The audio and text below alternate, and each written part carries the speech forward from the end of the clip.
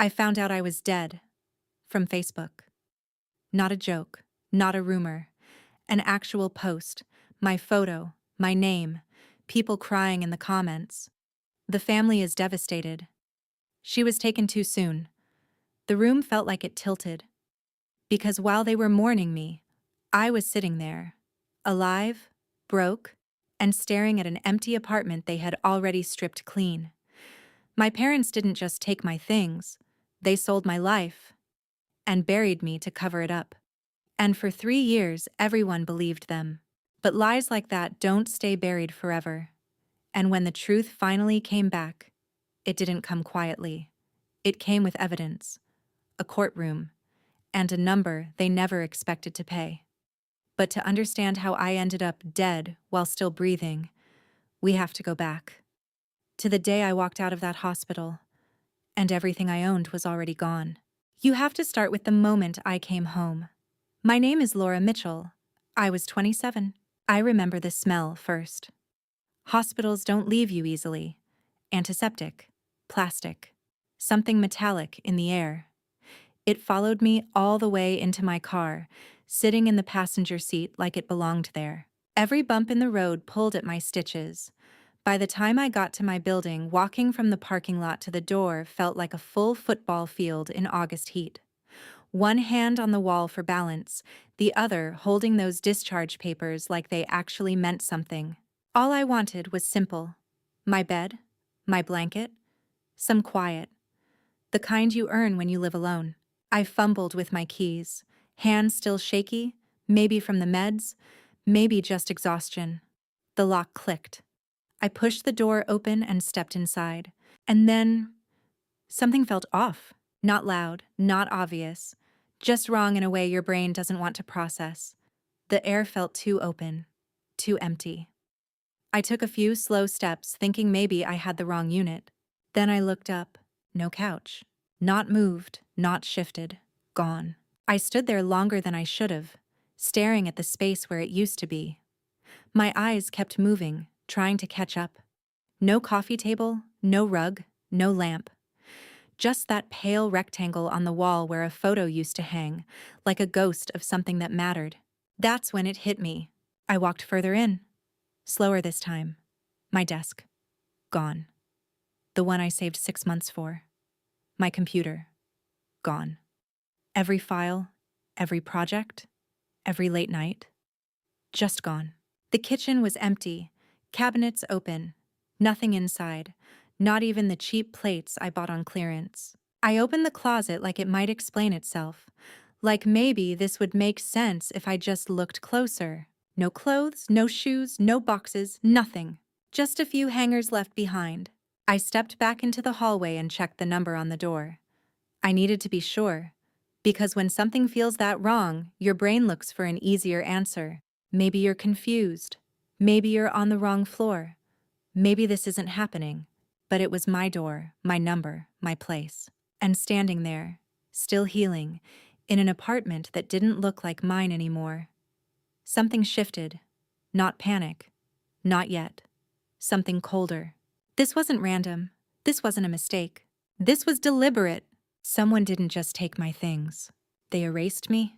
For a few seconds I just stood there, trying to make sense of it.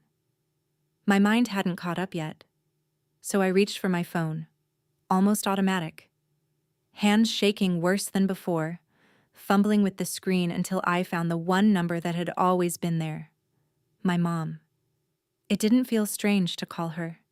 If anything, it felt normal. Like when something goes wrong, you call home. She picked up on the second ring. Her voice sounded normal. Calm. Like I had just interrupted an ordinary afternoon. I didn't even say hello. I just asked, "What happened to my apartment?" There was a pause. Not long. Just enough to feel intentional. And then she laughed. Not loud, not dramatic. Just a small, dismissive laugh, like I had said something naive. Then she said it. "Laura, you were playing independent. I just cleaned up the fantasy." I remember grabbing the edge of the counter because my legs didn't feel steady anymore. I asked her what she meant, even though part of me already knew. She didn't hesitate. They went in, packed everything, sold most of it. Furniture, electronics, my clothes, even things I hadn't thought to ask about yet. So I asked the only thing that didn't make sense. How did you even get inside? And that's when she said it. So casually, it almost didn't register. They told the landlord I was dead. I don't remember what I said after that. I don't even remember hanging up. Just the silence on the other end, sitting there like it belonged. And that's when it hit me. This wasn't confusion. This wasn't concern. This was a decision. And it had my parents' fingerprints all over it. And once I understood that, really understood it, everything started falling apart faster than I could keep up. I tried calling her back. Straight to voicemail. I tried my dad. Same thing. Not long after, I was blocked. Calls, texts, social media, everything. Like someone flipped a switch and cut me off completely. I stood there in that empty apartment, still in the same clothes from the hospital, and it hit me all at once.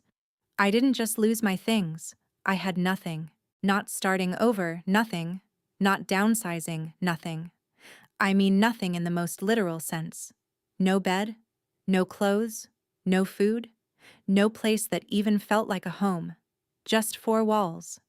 And silence. I slid down against the wall and sat on the floor. There wasn't anywhere else to go. My body was still healing. Every movement pulled at the stitches. I wasn't even supposed to lift a gallon of milk. And now I was trying to figure out how to rebuild an entire life. From zero. And then the practical thoughts started. They always do. My computer. That was the first one that really hit. Not just expensive. It was my work. Every file, every client, every project I built over years. Gone. I grabbed my phone, tried logging into everything, hoping something might still be there. But most of it wasn't backed up. The backups were on external drives, and those were gone too. I remember sitting there, refreshing my email over and over, like something might come back. Like clients would somehow understand something I couldn't even explain. At first, they sounded concerned, then confused, then quiet. One told me to focus on my health. Another said they needed someone more reliable. A third just disappeared. And honestly, I couldn't blame them. From the outside, it sounded insane. My parents emptied my apartment while I was in the hospital and told people I died.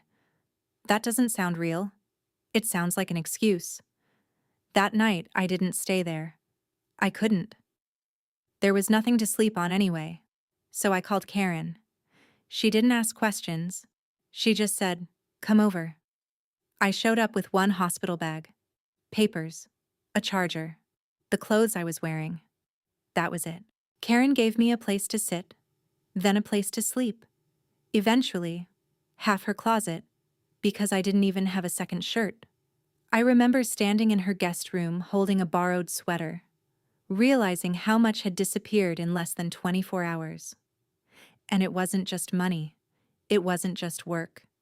It was everything I had built, every late night, every step forward, every piece of independence, picked up, sold, and carried out like it never belonged to me. And the worst part? They didn't hesitate. And for a little while, I told myself maybe it would stop there. Maybe it was just the apartment, the money, the things. I was wrong. It started with a text from a cousin I hadn't talked to in months, just 3 words. "Is this you?" I stared at it longer than I should have. Thought maybe my mom had already told some version of the story. Something that could still be explained. I texted back. "Yeah, what do you mean?" She called immediately, and I'll never forget that sound. She was crying, not confused, not unsure. The kind of crying that comes from believing something permanent already happened. She kept saying my name, like she needed to hear it again, like she needed to prove I was real.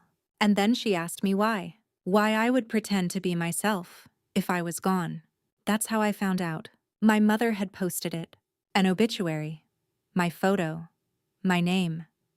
A whole story about how sudden it was, how the surgery didn't go as planned, how they were devastated. And people believed it. Comments everywhere. I'm so sorry for your loss. She was such a beautiful soul. No parent should have to bury a child. I was sitting on Karen's couch, wrapped in a blanket that wasn't mine, reading people mourn me in real time. And something inside me went quiet. Not angry, not yet, just still. Because there's something unsettling about watching your life being spoken about in the past tense, while you're still here. But the worst part wasn't the post. It was how well it worked. Neighbors brought food, people sent cards. Someone even set up a fund to help the family, and my parents accepted all of it. Every bit of sympathy, every dollar, all built on a version of me that didn't exist. I reached out to family after that. Some believed me right away. You could hear it. The shock, the anger, the shift. Others didn't. Some thought I was confused. Some thought I was being cruel. One person told me it wasn't funny to pretend to be myself. That stayed with me, because it meant this wasn't just a lie. It was a story, and it was strong enough that people defended it, even against me. Then it got worse. When people started asking questions, my parents adjusted. Suddenly, I wasn't dead anymore. I was unstable. They told people I was difficult, that I had a history, that I was harassing them for attention. In less than a week, I went from gone to being the problem. Dead when it helped them, alive when it was convenient. I remember sitting at a library computer, printing everything out. Every post, every comment, every version of the story. My hands were steady by then, not because I was okay, because something had shifted. Confusion turns into clarity, if you let it, and clarity can turn into something a lot sharper than anger. Karen drove me back to my apartment a few days later so I could document everything. The landlord was there. The moment he saw me, something didn't add up. You could see it on his face. Then he said it. We were told you passed away. Just like that. No hesitation.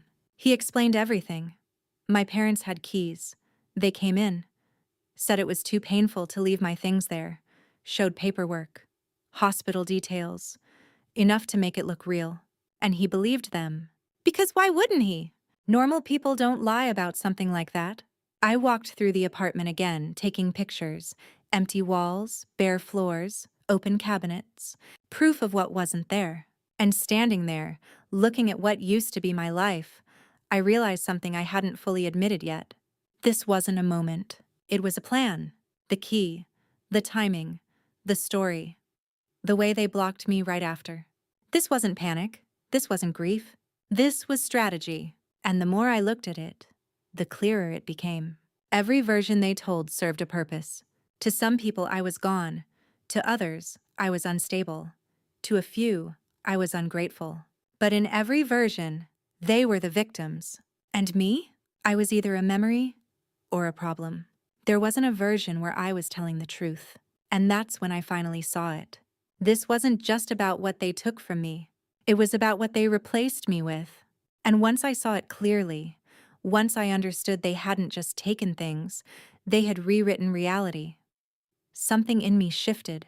I stopped waiting for it to make sense. So I went to the police. I didn't go in emotional, not the way people expect. I brought everything I had. Hospital records, photos, screenshots, a written list of what was taken. It wasn't perfect. Not organized like a lawyer would do it, but it showed a pattern. At least, that's what I thought. The officer listened, nodded in the right places, asked questions that sounded reasonable. Did they have a key? Had they been inside before? Did they own any of the items? I answered everything. Yes, they had a key, but no permission. Yes, they'd been inside, but not like this. No, they didn't own what they sold. I kept waiting for it to click, for someone to say it out loud. This is theft. But that moment never came. Instead, he said something smaller, something that didn't match what I had just laid out. It might be a civil matter. I remember sitting there, hands folded, trying to process how something this big could be reduced to that. Like it belonged in paperwork. Not urgency. Like it was complicated. Not wrong. I left with a report number, And a feeling I still remember clearly. They hadn't just taken my life apart. They had done it in a way that made it harder to rebuild. And somewhere between that station and Karen's couch, something else changed. The anger I was carrying, it went quiet. Not gone, just focused. Because if no one was going to step in and fix it, then I was going to prove it. And once I made that decision, everything changed. It stopped being about how I felt and started being about what I could prove. I started small, not because the situation was small, but because that's all I had the strength for. My body was still healing. Some mornings, just getting out of bed at Karen's place felt like a mile-long climb. So I gave myself one job a day, just one, something that moved things forward, even if it barely did. The first thing I did was make a list. Not vague, not furniture or clothes. I wrote everything down. The desk I bought with my first real client payment. The couch I saved up 6 months for. The drawing tablet I used almost every day. Even the cheap kitchen set I picked up for about $20. If it had been in that apartment, it went on the list. Then I started attaching proof. Bank statements, old receipts buried in emails, order confirmations I didn't even remember saving. It wasn't clean, no folders, no system, just screenshots, printouts, notes in the margins. But piece by piece, it stopped looking like a story and started looking like evidence. Karen drove me to the library more times than I can count. I didn't have a computer strong enough for my work yet, but I could still log in, still dig through files, still pull whatever I could from the cloud. Every document I found felt like taking something back. I went through old photos too, not for memories, not at first. I was looking for timestamps, background details, anything that showed what my apartment looked like before all of this. There were photos from a week before the surgery. You could see the desk, the layout, even the framed photo on the wall if you looked close enough. That mattered. The landlord gave a written statement. Simple, clear. He confirmed what they told him, that they said I had died, that they asked for access, that he believed them. That mattered too. And then there were the posts. I saved everything, every version. The original grief post, the comments, the updates when people started asking questions, the shift in tone when they changed the story. I didn't argue online. I didn't respond. I just documented. Because somewhere along the way, I realized something. I wasn't trying to convince people anymore. I was building a record. And records don't care about emotion. They don't get tired. They don't get dismissed like a story does. They just sit there, waiting for the right moment. So that's what I did. One piece at a time. And after a while, all those pieces started to feel like they needed somewhere to go. Not just saved, not just sitting in folders. Actually used. That's when Karen said it. You need someone who knows how to do this. She found the attorney. I remember walking into his office with that folder in my hands. It didn't belong there. Worn edges, papers sticking out, clips barely holding anything together. It didn't look like a case. It looked like someone trying to hold on to something slipping away. He didn't interrupt me. That was the first thing I noticed. I told him everything. The hospital, the apartment, the posts, the police report that went nowhere. I expected questions, doubt, something to push back. But he just listened. When I finished, he leaned back, looked at the stack in front of him, and said something no one else had said yet. They were counting on you being too tired to fight this. That hit harder than I expected, because it was true. The timing, the story, the way they blocked me. It all depended on me staying overwhelmed, staying quiet. He explained the reality. Criminal charges might take time, might go nowhere, but civil court was different. If we could show ownership, loss, intent, if we could connect the dots clearly enough, we had a case. It wouldn't be fast, it wouldn't be easy, and it definitely wouldn't be cheap. I remember asking the only question that mattered. What happens if I don't do this? He didn't hesitate. Then they get away with it. That was it. Karen covered the retainer. I didn't argue. I couldn't. Because for the first time since I walked into that empty apartment, this didn't feel like something that just happened to me. It felt like something I could take back. And the moment it became a case, it stopped being quiet. They didn't sit back. They pushed back. At first, it was paperwork. Pages of responses that didn't sound like the people I grew up with. Polished, careful, written to make facts feel softer, easier to defend. They didn't say they took everything. They said they were helping. They didn't say they sold my things. They said they were managing assets. They didn't say they told people I died. They said there was confusion. I remember sitting at Karen's table, reading it over and over, trying to understand how the same events could sound almost reasonable. That's when it clicked. This wasn't just about what happened.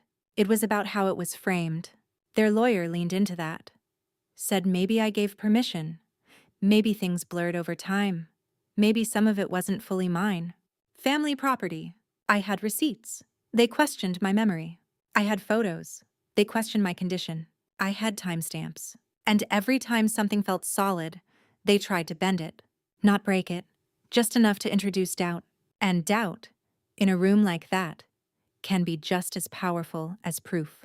They painted themselves as worried parents, overwhelmed, trying to help a struggling daughter. And me? Difficult, unstable, ungrateful. I remember reading that and laughing. Not because it was funny, because it was familiar. That was always the version of me they used, the one that made everything easier to explain. If I was difficult, they were patient. If I was unstable, they were helping. If I was ungrateful, they were doing their best. It worked, until it didn't. Because this time, there was a record. And records don't care about reputation. They care about consistency. My attorney focused on that. Dates, purchases, ownership, communication. Simple, clear, hard to twist. If they were helping, why sell the tools I needed to work? If they were protecting me, why remove everything that made my life possible? If they thought I was dead, why accept money from people grieving me? And the biggest question, if this was care, why block me the moment I asked for my things back? That one didn't have a soft answer. You could feel the shift when those questions started landing. My mother cried during one of the hearings, controlled, just enough to change the room. My father looked offended, like the fact we were even there was beneath him. Their strategy didn't disappear. It adapted. Less denial, more explanation, less certainty, more confusion. They said mistakes were made, things got out of hand. They didn't handle it right, but they never said it plainly. They never said, we took what wasn't ours. They never said, we lied. And that mattered, because every word in that room had weight. Every omission had a purpose. I sat through all of it. Every version they tried to reshape. Every suggestion that maybe I was wrong. Maybe I was overreacting. Maybe I should just let it go. Some days felt like a marathon. Not physically, mentally. Holding on to facts while someone else tries to blur them takes a different kind of energy. But I kept going back. Because at some point it stopped being about convincing them. It wasn't even about convincing the room. It was about holding the line, making sure the truth didn't get lost in how well they could explain it. And slowly, piece by piece, that line started to hold. And once that line held, everything came into focus. Not emotionally, on paper. That's what mattered now. The judge didn't care about tone. Didn't react to tears the way people in my life did. He wasn't there for shifting explanations. He was there for something simple. What happened, what could be proven, and what it cost. I remember sitting there, hands folded, listening as everything we built over those months was laid out. Every receipt, every timestamp, every statement. There wasn't much room left to move. The questions were direct. If they thought I had died, why sell everything? If this was care, why remove the tools I needed to work? If it was confusion, why accept money tied to that story? There weren't clean answers. Not the kind that hold up when someone is actually listening. And for the first time, I wasn't the one explaining myself. They were. When the decision came down, it wasn't dramatic. No big moment. No silence in the room. Just a number. $44,600. Property. Lost income. Damages. Part of the legal fees. I read it once, then again, just to be sure. Because it wasn't about the amount. There isn't a number big enough to replace what I lost. Not the photos. Not the things that carried history. But this was different. This was official. Written down. Recognized. Not a story. Not a misunderstanding. Something real. And for the first time since all of this started, I didn't feel like I was trying to prove anything. It had already been decided. And once it was decided, I thought maybe that would be the end of it. That something official, something written, would make it stop. It didn't. They didn't pay. Not a call. Not a partial amount. Not even an attempt to acknowledge what the court had already made clear. They treated it the same way they treated everything else, like it didn't apply to them. So the case didn't end. It shifted. My attorney said it simply. Now we enforce.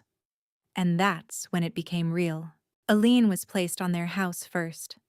At the time, I had to look up what that even meant. But once I understood, it was simple. The house they cared about, the one with the perfect lawn, the decorations, the image, they didn't fully own it anymore. There was a claim sitting on top of it, waiting. Then came wage garnishment. Part of my father's income, redirected, not suggested, not negotiated, taken, official, documented. Then the bank accounts, freezes, withdrawals, notices.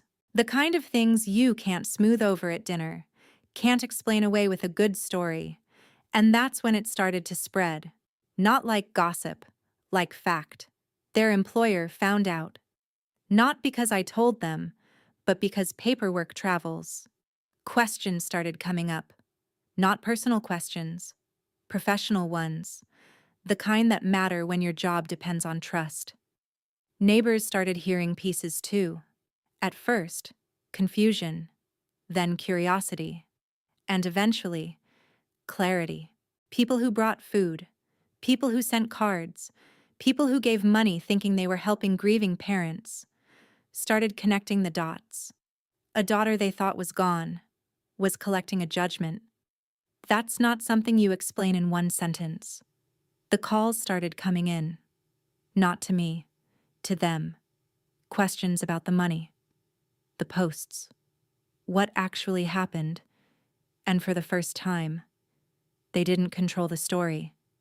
Because this time, there were documents. My attorney kept things moving, filed what needed to be filed, followed up where it mattered. No emotion, no anger, just process. And process doesn't get tired. It doesn't back down. It keeps going. I heard about it piece by piece, through relatives, through people who suddenly remembered they had my number. Some sounded concerned, some frustrated, some just trying to understand how it got this far. But what they were really asking was simple. Why didn't I stop it? Why was I letting it continue? That question stayed with me, because from the outside, it probably looked like a choice. Like I could step in, ease the pressure, pause things, make it less severe. But they didn't see the first day. The empty apartment, no bed, no clothes, no way to work, no one stepping in, no one asking how to make it easier. So enforcement didn't feel like revenge. It felt like the next step. The one that had already been decided. The difference was, now it couldn't be ignored, not by them, not by anyone. And once it couldn't be ignored, that's when they finally reached out. Not directly. It was my brother. 5 a.m, the kind of call you don't get unless something's already wrong. I almost didn't answer. The number wasn't saved, but something about it felt familiar enough to pick up. All I heard at first was breathing, then crying, then my name. He was talking fast, too fast to follow. Mom in the hospital, Dad not sleeping, the bank calling, lawyers calling, people asking questions, the house, in trouble. And then he said it. You're destroying us. I just sat there in the dark, fully awake, because that sentence tried to flip everything, like all of it. The apartment, the lies, the silence, was somehow my fault. I didn't argue. I didn't raise my voice. I asked one question. Did you help them carry my things out? There was a pause, long enough to matter. He started explaining. Said he didn't know. Said it was confusing. Said he thought it was serious. But he never said no. And that was enough. I told him I'd call him back. I didn't. Not that day, not the next. I waited 4 days before I went to see them. Not because I needed time to calm down, because they made me wait years to be heard. When I pulled into the driveway, everything looked the same. Lawn cut, porch clean, decorations in place, like nothing had changed. That part almost made me laugh. Daniel opened the door before I knocked. He looked different, tired, thinner, but still defensive. Just hear them out, he said. I didn't answer. I walked in. They were on the couch, and they weren't alone. 2 neighbors were there, people I recognized, an audience. That's what it felt like. Not a conversation, a performance. My father stood up first. Said this would help keep things respectful. Said we could move toward healing. I told him there was nothing neutral about people who donated money, thinking I was dead. The room went still. Not uncomfortable. Just still. My mother started crying. Soft. Controlled. The same way she did in court. She said I didn't understand the pressure. Bills. Work slowing down. Expectations. Keeping up appearances. She called it one bad decision. I looked at her and thought, that's not what that was. One decision doesn't involve a key, a truck, and a story about your daughter dying, I said. She flinched. My father stepped in. Tried to redirect it. Said they wanted to fix things. Said the judgment was too much. That they could lose the house. He offered a solution. Reduce the amount. Pause enforcement. Handle it privately. A family arrangement. I asked if he meant the kind where they take everything, and I stay quiet so they keep the house. He said I was twisting his words. I said I was finally repeating them clearly. Then I looked at Daniel again. Did you help them carry my things out? This time, he said yes. He helped unload boxes, saw my desk, my clothes, my equipment, even the small wooden box from my dresser, my grandmother's box. He said he asked about it, said it looked personal. My mother told him everything had to go. I didn't say anything right away, because sometimes the truth doesn't feel loud. It feels final. He said he was scared, didn't understand, thought it was some kind of intervention. I asked him what kind of intervention sells a dead woman's memories. No one answered. That was the pattern. They had explanations, until I asked for specifics. Then it went quiet. My mother said, "I'm still your mother." I remember that clearly, because it sounded like a title she thought still meant something. You stopped being that when you told people I was dead, I said. One of the neighbors spoke up, quiet, careful, asked if the memorial fund was based on a lie. My mother said it was complicated. That word did more damage than anything else, because complicated doesn't mean no. It means yes, without saying it.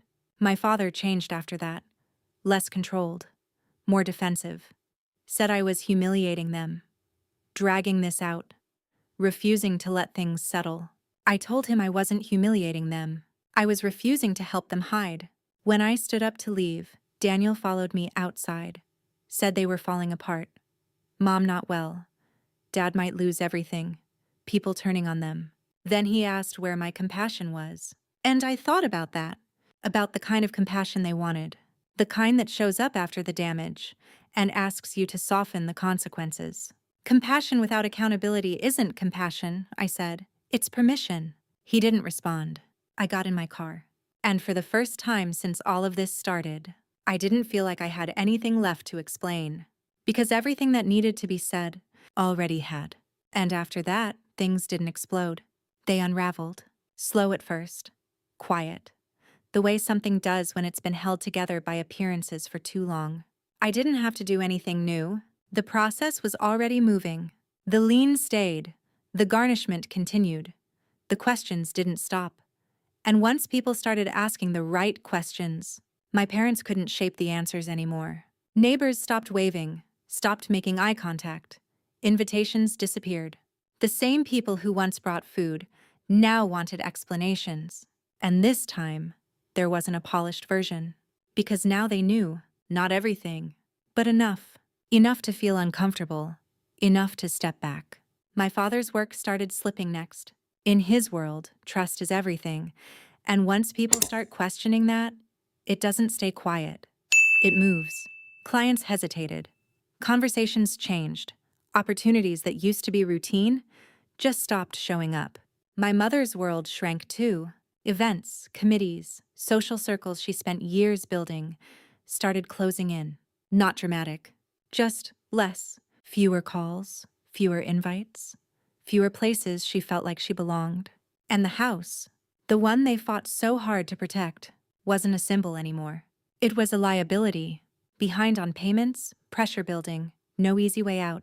I heard most of it secondhand, through relatives, through people trying to piece the story together. Some blamed me, not directly, but enough. She could have stopped it. She didn't have to go that far. It's still her family. I stopped responding. Because that wasn't about fairness. It was about comfort. They wanted the outcome to feel easier, less final, something they could sit with. But that's not how consequences work. They don't adjust to what people are comfortable with. Daniel moved out for a while, stayed with a friend, said he needed space, said things weren't stable anymore. That word stuck with me. Stable. Because for a long time, that's what they said I wasn't. And now, everything built on that idea was starting to collapse.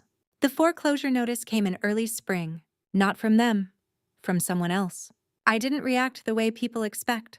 No satisfaction, no relief, just recognition. This wasn't something I caused. It was something that had been building long before I walked into that empty apartment.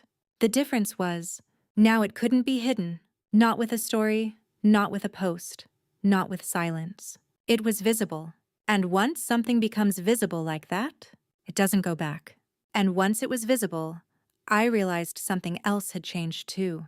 So had I. Not all at once. Not in some clean, dramatic way where everything suddenly felt better. It didn't work like that. There were still mornings I woke up and had to remind myself where I was. Still moments where something small, a smell, a photo, a kind of silence, would pull me right back. But I wasn't there anymore. I had a place again. Not big, not perfect, but mine. A small apartment. A door that locked. Keys only I controlled. Furniture I picked out one piece at a time. I remember the first night I slept there, sitting on the edge of a mattress that came in a box, realizing how something that simple could feel like stability. I rebuilt my workspace too. Slow at first. A secondhand desk. A laptop that struggled to keep up. Smaller jobs. Projects I would have turned down before all of this. But I took them anyway, not to prove anything to anyone else. To prove something to myself, that I could still do it. That what they took didn't define what I could build again. Over time, the work came back. Clients returned. New ones showed up. The kind of trust that builds quietly, one project at a time. I framed the one photo I had left from before all of this. A scanned copy, not the original. But it was enough. Because somewhere along the way, I understood something. Rebuilding doesn't mean replacing everything you lost. It means deciding what still matters and making space for it again. And for the first time in a long time, I wasn't trying to get back to who I used to be. I was learning how to move forward. And once I started moving forward, I stopped asking the question everyone else kept asking me. Why didn't you just forgive them? Because forgiveness, at least the way people use that word, isn't always about healing. Sometimes, it's about making things easier for everyone else. And I wasn't interested in that anymore. What this whole thing taught me, what it carved into me, is actually simple. Family doesn't mean access, it doesn't mean permission, and it definitely doesn't mean immunity. You don't get to take someone's life apart, piece by piece, and then ask them to make it easier for you to live with it. That's not forgiveness. That's avoidance. And I don't live there anymore. What I believe now is different. Accountability matters more than comfort. Truth matters more than appearances.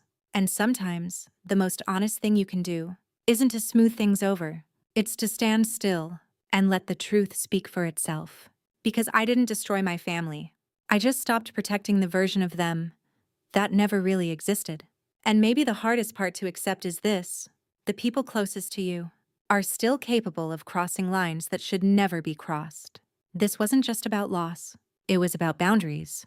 Being related to someone doesn't give them the right to control you, take from you, or rewrite your life. And forgiveness, when it's demanded instead of earned, usually comes at a cost. Your stability, your voice, your sense of truth. Real strength doesn't look comfortable. Sometimes it isolates you. But in the long run, protecting your truth matters more than protecting someone else's version of it.